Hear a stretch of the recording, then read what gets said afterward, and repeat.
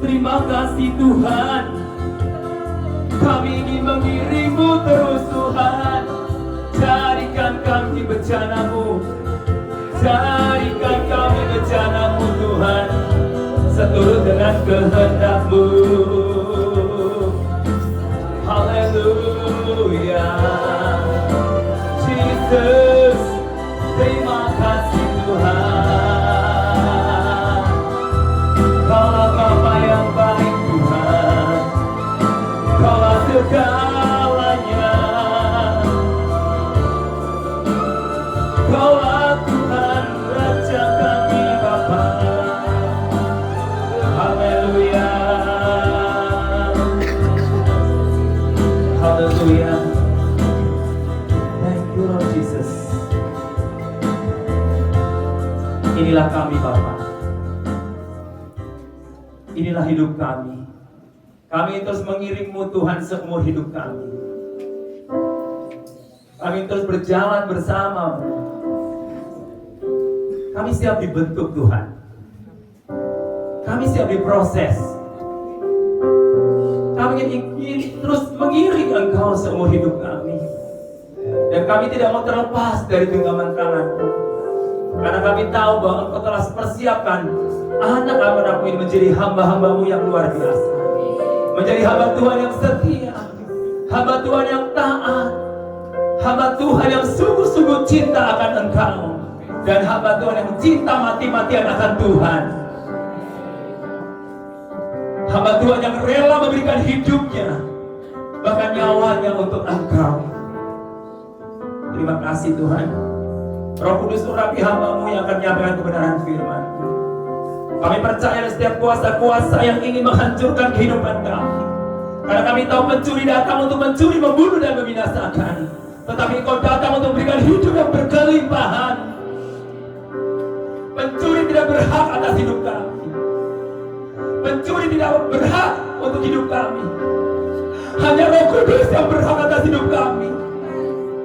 Engkau yang akan berikan hidup yang berkemenangan. Engkau yang akan berikan hidup yang berkelimpahan.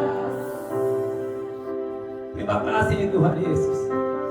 Roh Kudus, Kau ambil alih semuanya. Engkau berbicara kepada kami.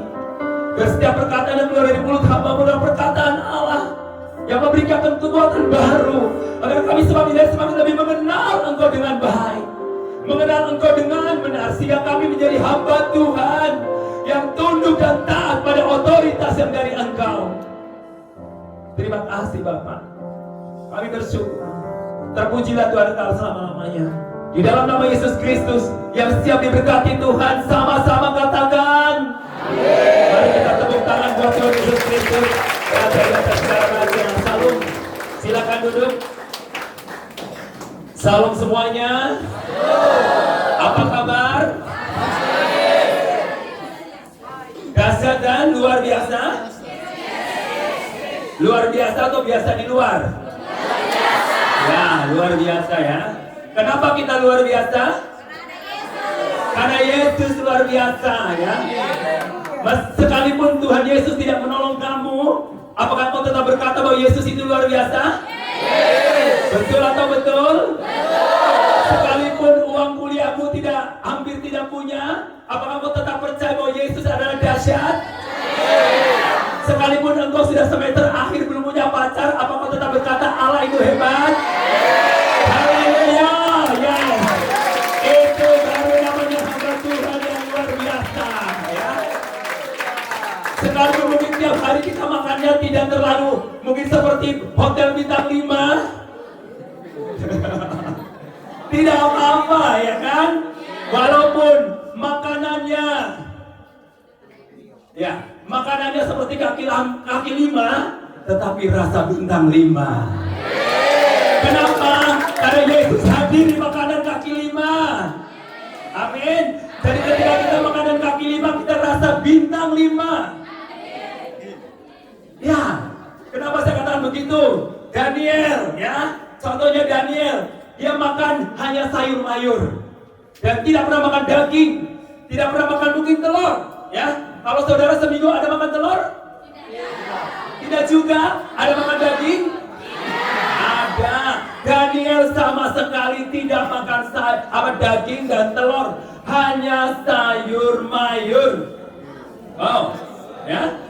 Waktu itu disuruh makan makanan sisa raja yang enak-enak, Daniel tetap konsisten dengan janjinya bahwa dia tidak mau makan, ya, daging dan telur apapun, dan dia hanya makan sayur mayur. Tetapi apa yang terjadi? Apa yang terjadi? Sehat, bahkan cerdas, ya, bahkan kecerdasannya melebihi 10 kali lipat melebihi manusia biasa. Kenapa? Karena di sayur mayur itu ada Yesus yang hadir, ada Allah yang hadir. Jadi hidup kita tidak ditentukan oleh jenis makanan, rasa makanan, tapi hidup kita ditentukan oleh perkataan Tuhan. Semua manusia itu bukan hidup dari roti saja, tetapi dari setiap perkataan firman Tuhan. Maka dicamkan baik-baik. Firman Tuhan itu bukan hanya sekedar slogan, bukan hanya sekedar logos, tapi firman Tuhan harus menjadi rema. Ya, rema berarti menjadi daging, hidup dan dalam hidup kita. Kalau menjadi logos hanya sekedar firman, tetapi tidak hidup, makanya orang yang berbahagia adalah orang yang melakukan firman. Ya, berbahagialah orang yang melakukan firman Tuhan. Kamu mungkin boleh baca Alkitab setiap hari, pagi, sore, siang, malam. Itu tidak salah, itu bagus sekali. Tetapi terlebih bagus sekali adalah ketika engkau mau melakukan firman Tuhan. Karena orang yang mau melakukan firman Tuhan, hidupnya pasti berbahagia. Ya, berbahagia. Kenapa saya katakan hidup orang yang menghidupi firman Tuhan itu berbahagia? Karena hidupnya tidak ditentukan oleh situasi dan kondisi. Mungkin saya juga pernah ngalamin. Saya lulusan Sekolah Tinggi Teologi Alkitab, Sekolah Tinggi Teologi Pentakosta di Manado, Sulawesi Utara. Pada waktu saya lulus SMP, saya berdoa sama Tuhan. Tuhan, saya pengen jadi hamba Tuhan, tapi juga kepengen jadi orang punya banyak uang. Nah, ya kan? Kan pendeta identik dengan nggak punya uang. Hah? Ya kan? Orang dunia mengatakan begitu. Ya kan? Tapi ibu saya kan Muslim. Ayah saya Muslim. Dan saya percaya Yesus umur 18 tahun menerima Kristus. Setelah menerima Kristus, saya punya impian ingin mempersembahkan hidup saya untuk Tuhan. Dan saya melayani Tuhan mulai dari anak-anak sekolah minggu. Waktu itu saya sama sekali tidak ngerti apa itu sekolah minggu. Ya, tapi waktu itu di gereja saya nggak ada sekolah minggu. Saya izin gembala saya mau ngadain sekolah minggu. Pendeta saya bilang, nggak bisa karena rumahnya jauh-jauh. Ada yang kalau mau ke gereja jam 9 berangkat jam 4 subuh. Ya, kalau di Nias enak. Gereja nggak usah gereja ibadah jam 7, kita setengah 7 udah nyampe kan? Betul nggak? Nah, di daerah saya itu ada jemaat yang perjalanannya dari jam 4 subuh untuk ibadah ke satu di gereja saya, itu ibadah jam 9, dia berangkat jam 4 subuh.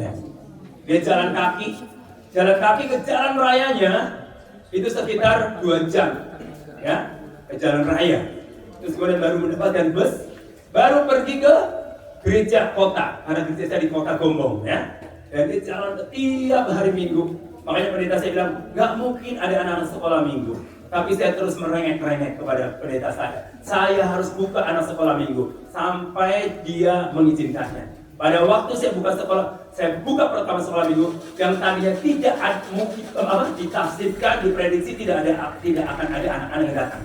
Ternyata pada waktu saya buka sekolah Minggu ada 40 anak yang datang, saudara.